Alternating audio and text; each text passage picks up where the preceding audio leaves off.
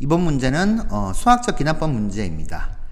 이 조건들을 만족하면서 A22, 22번째 항이 0 되도록 하는 K값의 합을 구하시오 라고 되어 있어요. 자, 첫 번째 항 0에서부터 출발하고요.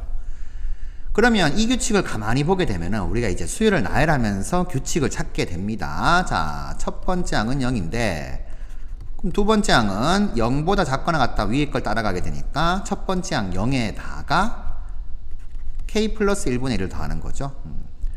근데 K가 자연수니까 얘는 양수예요. 그러니까 세 번째 항은 아래 규칙을 따라가서 K 플러스 1분의 1 두 번째 항에서 K분의 1을 빼겠구나.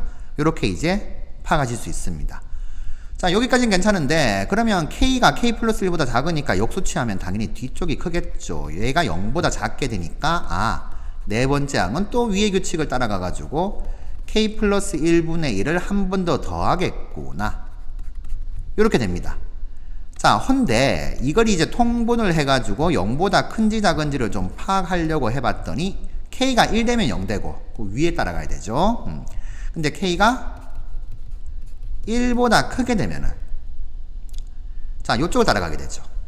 그러니까 여기서부터 이제 갈려가지고 생각을 해야 돼요. 자, 그렇게 되면 이제 어떻게 될 것인가를 열심히 이제 해 보셔야 되는 겁니다. 자, 그런데 여기까지를 하면서 조금 파악을 하실 수 있는 게 뭐냐 하면은 어쨌든 다음 항, 그 다음 항 가면서부터 우리는 K 플러스 1분의 1을 더하거나 아니면 K분의 1을 빼게 되어 있습니다. 자, 그래서 쭉 진행되면서 이 녀석을 몇 번 택하고 이 녀석을 몇 번 택하는가 이제 이렇게 생각할 수가 있어요. 자, 즉 우리는 22번째 항을 이런 식으로 정리할 수가 있습니다.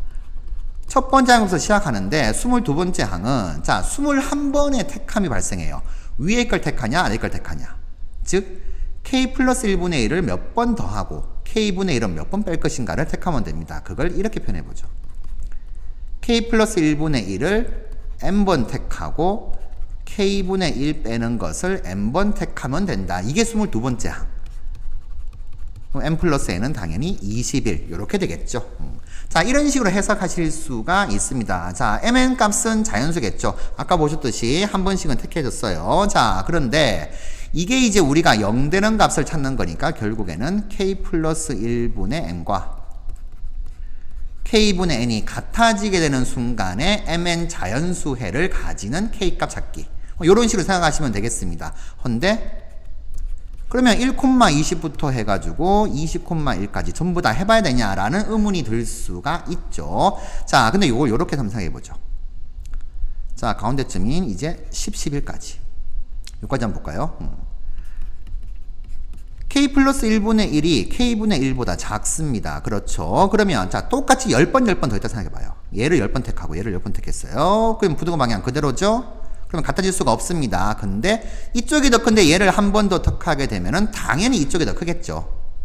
그러니 이 경우는 그러니까 K분의 1이 더 크니까 K분의 1을 요 K 플러스 1분의 1보다 더 많이 택하는 경우는 절대로 이 두 개가 같아질 수가 없다. 빼서 0 될 수가 없다. 그러니 이 경우는 안 해도 괜찮다. 요렇게 이제 해석하실 수 있습니다. 그러면 우리는 어디서부터 m이 11이고 n이 10 되는 경우부터 해가지고 쭉 해석하시면 되겠다. 자, 요렇게 이제 정리하실 수 있어요. 자, 그래서 한번 해봐야죠.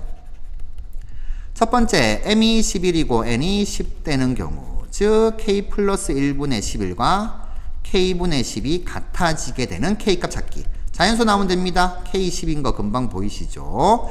자, 그러면 k10이 되면은 되더라. 이렇게 되는 거죠.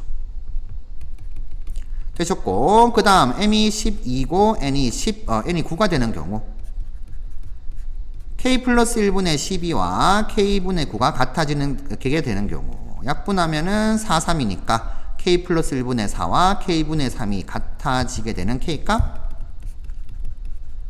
3이라고 쉽게 계산하실 수 있죠. 자, 여기서 확 떨어지죠.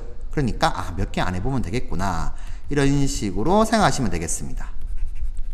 그 다음 가보죠. m이 13이고 n이 8 되는 경우 k 플러스 1분의 13과 k분의 8 같아지게 되는 경우 자, 구해보면은 자연수해는